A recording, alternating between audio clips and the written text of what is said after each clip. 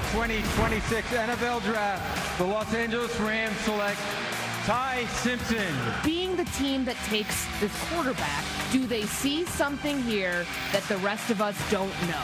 Do they see something that justifies why you would go quarterback of the future when you're a team that's built to win right now and make that decision in good conscience? I start looking one way, and then by the time I have like my full jewelry getup done, I mean, you're never fully ready. Full what getup? What? What did you say? My full jewelry getup. Jewelry. Jewelry? Jewelry. Is that how you want to say Jewelry? What did she just say?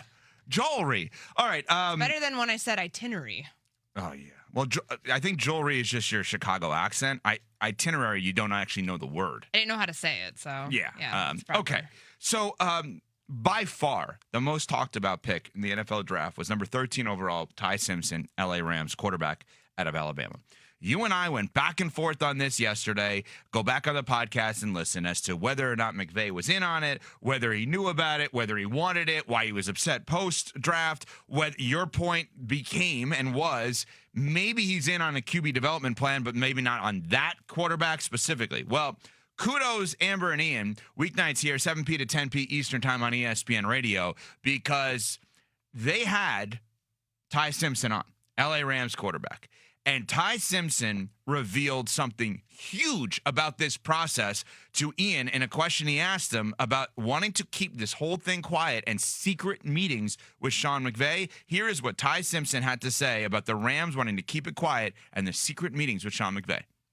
We tried to keep this, under wraps as long as we could. It was something to where I knew they were interested, but they wanted to, make it private and didn't want people to know that, they were interested. So I had some secret meetings with, Coach McVay, and, I was trying to be on script and, do what, everybody told me not to tell anybody.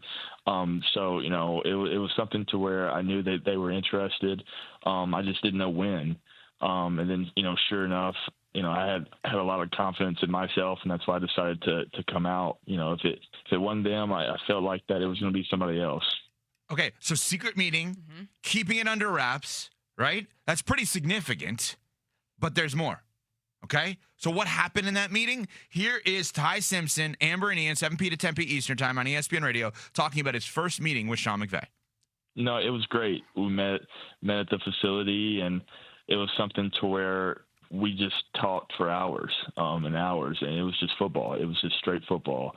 And it was like a kid in a candy store, where me and him are sitting there, and, we're just going back and forth. Just, you can tell the obsession he has for the game, and you can tell the love he has for quarterback play. It's something that, I appreciate, and it's something that I enjoy because, I really, enjoy playing the position and value the position.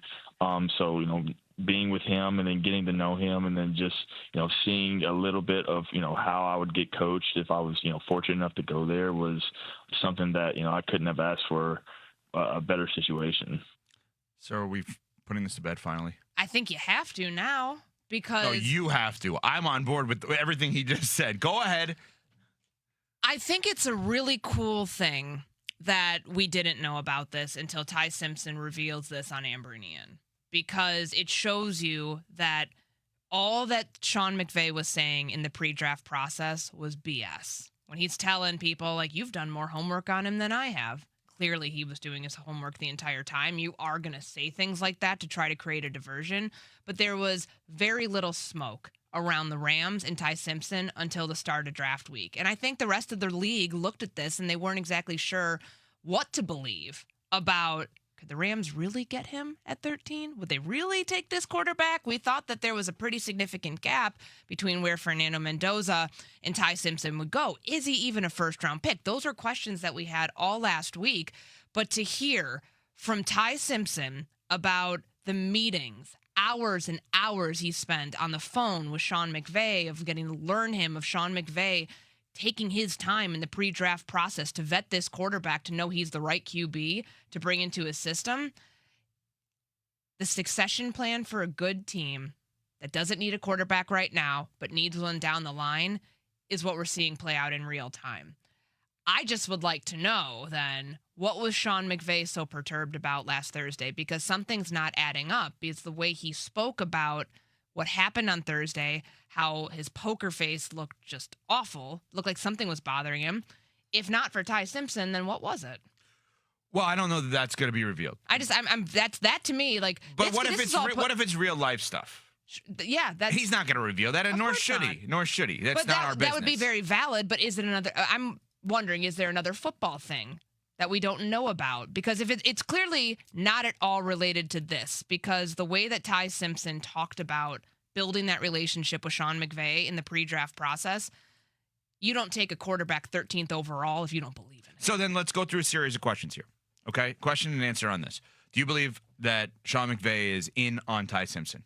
Yeah. Do you believe he knew about the fact that they could take him 13 overall the entire way? Yes, and that's the reason they wanted to keep it quiet, because they didn't want other teams to get word of that, to potentially try to get because that's going to trigger other teams. Oh, wait, the Rams, the really good team that's won a Super Bowl with the quarterback guru, they think Ty Simpson's good? What's wrong with us? What's wrong with us? Let's go try to get Ty Simpson, try to get in front of him. I think it was the smartest strategy, now that we know that there is real affinity, to keep this thing quiet the entire time. Which also means, by the way, aside from the question and answer, which also means that Ty Simpson, to his credit, is smart enough to realize going to the Rams to be a backup is a better opportunity than going to the Cardinals to be a starter. Of course. He came out of college with 15 games. His father's a college coach at UT Martin. He knows about quarterback development and that he's not ready right now. Right.